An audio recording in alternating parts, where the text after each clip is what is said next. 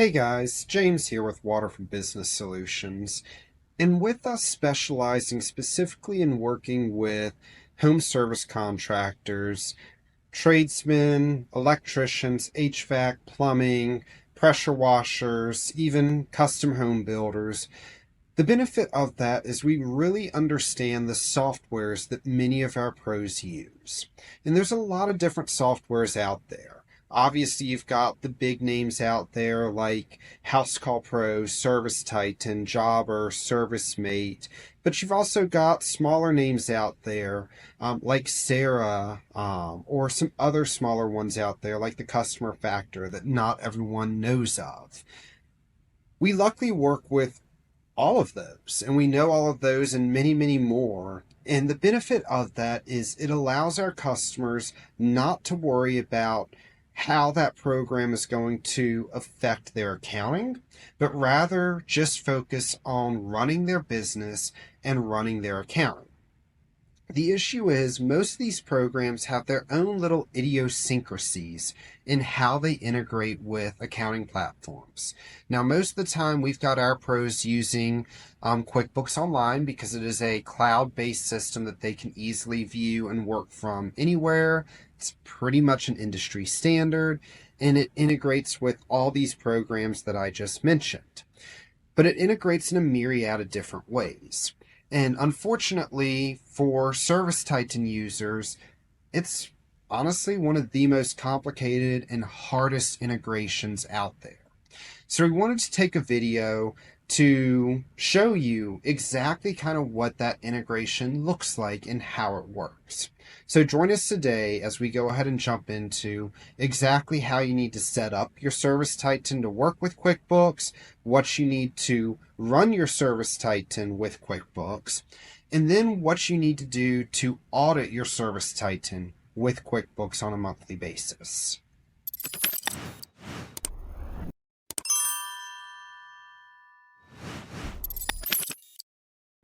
So starting with setup. Setup with ServiceTitan is super important. Unlike many of the other programs that are out there that use an instant connection where you do X in the program and it shows up immediately in your QuickBooks, ServiceTitan runs off of an older integration-based system, more designed to work with QuickBooks Desktop than QuickBooks Online. And ServiceTitan hasn't updated that. And in talking with them and working with them, it doesn't sound like they really plan to update that or change that. So it's a very cumbersome system that requires you to ensure that you get the setup exactly right. If you mess up anything in the setup, it will wreak havoc on the integration and cause it to honestly pretty much never work. So it's super important that you work on that setup very well.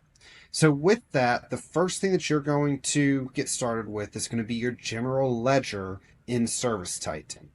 That general ledger correlates with your chart of accounts in QuickBooks. And you need to make sure before you are integrating QuickBooks and ServiceTitan that you have your chart of accounts set up exactly as you want it in QuickBooks, and that you go ahead and you set up that same exact chart of accounts, the exact same names, exact same spaces, everything in the general ledger that you have in ServiceTitan. Now, you don't have to do that with everything. We're just really talking like bank accounts, income accounts, accounts receivable, things like that. You're not doing it with all of your expenses because it's not integrating there. But your income, your bank accounts, your accounts receivable accounts, your undeposited funds accounts, all of those matter, and you have to make sure that you set those up exactly right. And if you ever change it in QuickBooks, you have to change it in ServiceTitan. It's not going to catch that change. It's not going to connect the change. So you have to make sure that you name the two accounts and you modify anything in ServiceTitan to exactly match what is going on in QuickBooks when you first get started and anytime you make a change to any of those major accounts. By not doing that, it's going to cause issues. The next area is going to be your business units. If you are using business units or classes to track different areas, let's say you've got plumbing and HVAC in the same business, or you want to track your install versus service as separate business units in ServiceTitan, you have to make sure in QuickBooks Online that you're using at least QuickBooks Online Plus so that you have access to classes in QuickBooks Online. You'll need to make sure that you set up the business units in ServiceTitan and the classes in QuickBooks, and just like the general ledger, the names must match exactly. Same capitalization, same names, same spelling. And even if you aren't planning to use a business unit in ServiceTitan, or you stop using a business unit in ServiceTitan, it still must exist in QuickBooks. It's important to remember with QuickBooks, if you're on QuickBooks Online Plus, you can only have a maximum of 40 classes. So the same thing's going to go for business units in ServiceTitan. You've got to make sure if you're using them that every single one of those units in ServiceTitan is in QuickBooks. If they do not match exactly, and if everyone is not there, you're going to have issues there. As far as your price book goes, when you set up your price book in ServiceTitan, you have to select a price book item or an income account from your general ledger that you set up in ServiceTitan for each and every price book item. And each one has to be there. And it has to be a legitimate account in QuickBooks. If it is not a legitimate account, if it is not coming from your general ledger that already matches QuickBooks, it will cause issues and it will cause errors with the integration. And that's the last thing we want. So that's why we start with setting up the general ledger, so that when you're going to put in your price book, you can make sure that you get all of those income accounts assigned to the correct products and services, and they match exactly there.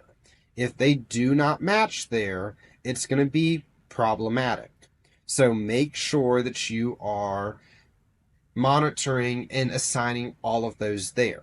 You also have to have a generic product and service in ServiceTitan. Even if you don't use it, you have to have it, and you have to map that to an income account in QuickBooks. If you do not map that to an income account in QuickBooks, it will cause issues with the integration. So all of that is just the setup. You can see right there, that is a lot of legwork and everything to do on just the setup of ServiceTitan. Ultimately, we do this all the time for clients. We work with many clients that use ServiceTitan, and we help many clients that are moving to ServiceTitan set this up correctly in the first place so that they don't have this issue. If you're looking into doing this and you want that help, don't look at working with ServiceTitan. Just quite frankly, their team does not know how to do this, and I can't tell you how many clients that I have run into that their books or their integration is a total disaster because they tried to use ServiceTitan support. If you think that you need that support or you want that support, don't hesitate to reach out to us here at Waterford Business Solutions. We'll be happy to go ahead and work with you on getting that integration set up. Just shoot us an email at info@waterfordbusiness.com and we'll be happy to help you there. As far as operating ServiceTitan on a day-to-day basis, again, this isn't an automatic integration. You don't hit the finish button or you don't do X in the program and it just automatically shows up in your QuickBooks. This is a batch-based or an export-based integration. What that means is when you are creating invoices, when you are taking payments, you've got to go through and you've got to batch all of those invoices and all of those payments so that they are ready to export to QuickBooks. If you do not batch them together, it will not export to QuickBooks. So you've got to start with batching all of your invoices and all of your payments. And before you batch, you want to make sure that you are done with that invoice. If you batch an invoice and you are not done with that, i.e., you're going to offer any discount to the customer, you're going to do any type of modification there on that invoice, it's going to lock that invoice down. And instead of being able to edit that invoice, you're going to have to go ahead and do, excuse me, what ServiceTitan calls an adjusting invoice. And so it's not as clean or nice or pretty. So before you batch any invoices, make sure that you're completely done with the job and then batch the invoice. Same thing with payments. You've got to batch all of those payments once you receive them. Once you batch everything, then you go ahead and post that batch so that it's noted as being ready to be exported to QuickBooks. And then you can go in and finally export it to QuickBooks. So this is a 3-step process to get stuff over into QuickBooks. It's not something that's just going to snap your fingers and it shows up. So like I said, it's a much more complicated integration than others that are out there. So you definitely want to make sure that you understand this going into using the program, especially if you are looking to have your accounting platform integrated with your dispatch software, which you honestly should. It makes everything a lot more accurate and a lot more detailed to help you understand your financial KPIs and also protect you in the event of an audit. It's important to remember, once you export something to QuickBooks, just like once you batch it, that invoice is locked. You would have to go ahead and do an adjusting invoice in ServiceTitan to modify that invoice, and that's going to push over a credit memo to QuickBooks that you then have to rectify with the original invoice. So it creates a little bit of a problem there if you're not used to going that route. It's not super complicated. It's easy to do. It acts like any other payment if you were giving a discount or something like that. But it's just a little bit of a difference that we wouldn't have in a typical accounting world, because typically you would just modify the invoice. But unfortunately, ServiceTitan's integration does not allow for that. A huge area that we see a lot with customers is that they will go ahead and batch payments over, but they don't batch the invoice over. And what that does is it creates a giant mess on their accounts receivable report where there's a ton of negatives on that AR report. If you're batching the payments over, we'll see those payments, but if the invoice isn't coming over, we're not going to see where the invoice or where that payment needs to go. So it's going to show up as a negative. So make sure that you are receiving and that you are going ahead and batching everything in ServiceTitan so that both invoices and payments are coming over. First, it's going to screw up your entire accounts receivable report if you are not batching over those invoices. Second, and honestly a lot more importantly, if you're trying to get a solid income breakdown to understand what your commercial install versus your residential install or your service versus maintenance is doing, you've got to have the invoices there to provide that income breakdown, because the invoices are where the products and services are identified. And those products and services or price book items are what is providing that income breakdown. So you have to make sure that that invoice is being pushed over in order to get the income breakdown on your income statement or profit and loss statement. So batching is super, super, super important. And if you're choosing to use ServiceTitan's credit card processor, they're going to auto batch all of those payments for you, whether you do the invoices or not. When they go ahead and pay out, they're going to go ahead and auto batch all of those ServiceTitan credit card transactions that you had in that deposit that they're doing or in that payout that they're doing. They're going to go ahead and batch that all together, export it, have that ready to export to QuickBooks so that you can export that. But if you don't have the invoices batched, you're going to end up with what we just talked about, the screwed up invoice versus payment and the negative AR and not having that income breakdown. If you're having an issue with using and making the credit card deposits in QuickBooks, there is a TSYS statement that you can go ahead and pull in ServiceTitan to be able to create the bank deposits in QuickBooks and see exactly what payments are going on there. Now, ServiceTitan does make it a little bit easier because unlike other platforms, rather than pulling out their fees when they deposit the money, they wait to pull out the fees at the beginning of the next month. So it's a one batch thing there, and you're not having to worry about all the fees for each and every invoice, but you still need to make sure that you're understanding which payments were deposited on which date. And that TSYS statement in QuickBooks, or excuse me, in ServiceTitan, will help you to create that bank deposit correctly in QuickBooks. If you end up experiencing an exporting error, and ServiceTitan will let you know that it errored out exporting a batch. So if you went ahead and experienced an export error, you can go ahead and pull the pending export report in ServiceTitan, and it will tell you the exact reason that a batch is not going over. It'll even tell you the exact invoice of what the problem is there. So don't hesitate to go ahead and pull that report there. Most of the time, we see two main errors that prevent the batch from going over if you have everything set up correctly. The first one's going to be price book mapping, and the second one is going to be that the customer name is not matching in QuickBooks, or there's a duplicate customer name in QuickBooks. You can't have two customers with the exact same name, so you might have to do a slight modification of that customer name here in QuickBooks to make everything work there. So that pending export report is super important, and it allows you to go ahead and backtrack and backcheck everything in ServiceTitan to make sure that you get all of those batches over, so that all of your invoices are over, all of your payments are over, and you can go ahead and create the bank deposits as you see fit and as you need there.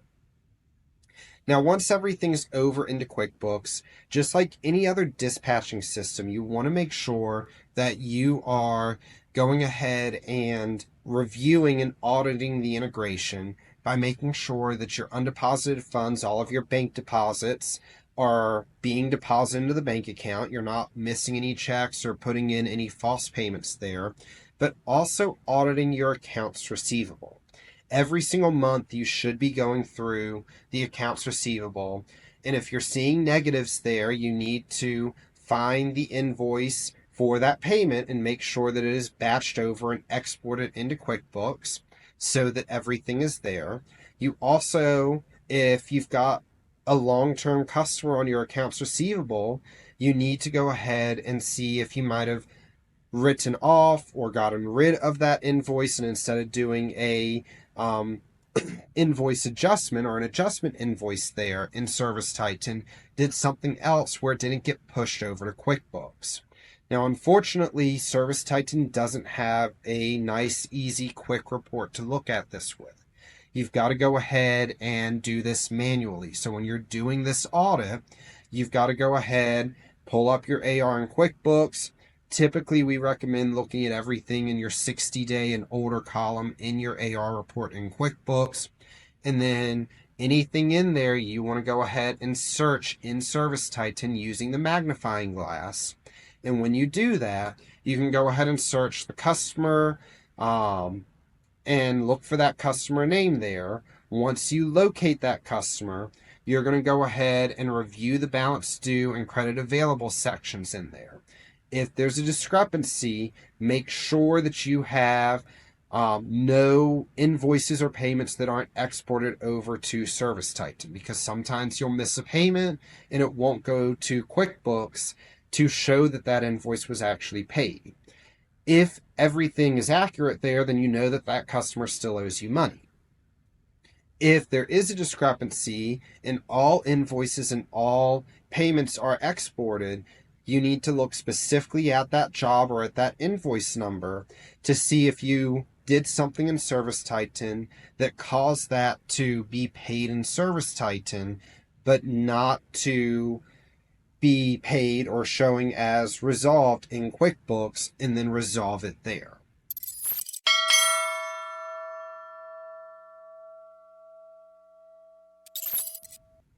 Ultimately, as you can see, the ServiceTitan integration is not a simple one. Ultimately, no integration is simple, to be honest, but ServiceTitan is definitely one of the most complicated ones that we work with here, and we do enjoy it. We work with it for a lot of pros and have a lot of pros that use it very seamlessly, but it requires you to work in a very specific manner. If you're wanting help with either the setup or just the management of this integration, that is specifically what we specialize here in at Waterford Business Solutions. So feel free to reach out to us, give us a call, shoot us an email. You can call us at 864-351-0852, or you can email us at info@waterfordbusiness.com, and we'd be happy to talk with you about how we can help you understand the integration or even help manage that integration if that's something that you're looking for. In the meantime, I do invite you to go ahead and like and subscribe to our channel here so that you get more information about how to utilize your ServiceTitan, how to go ahead and understand your finances, and how to become a master of your business's finances. Go ahead, leave a comment here and share this with anyone that you know that's struggling with ServiceTitan. We'd love to be able to help them too. And until next week, have a wonderful day.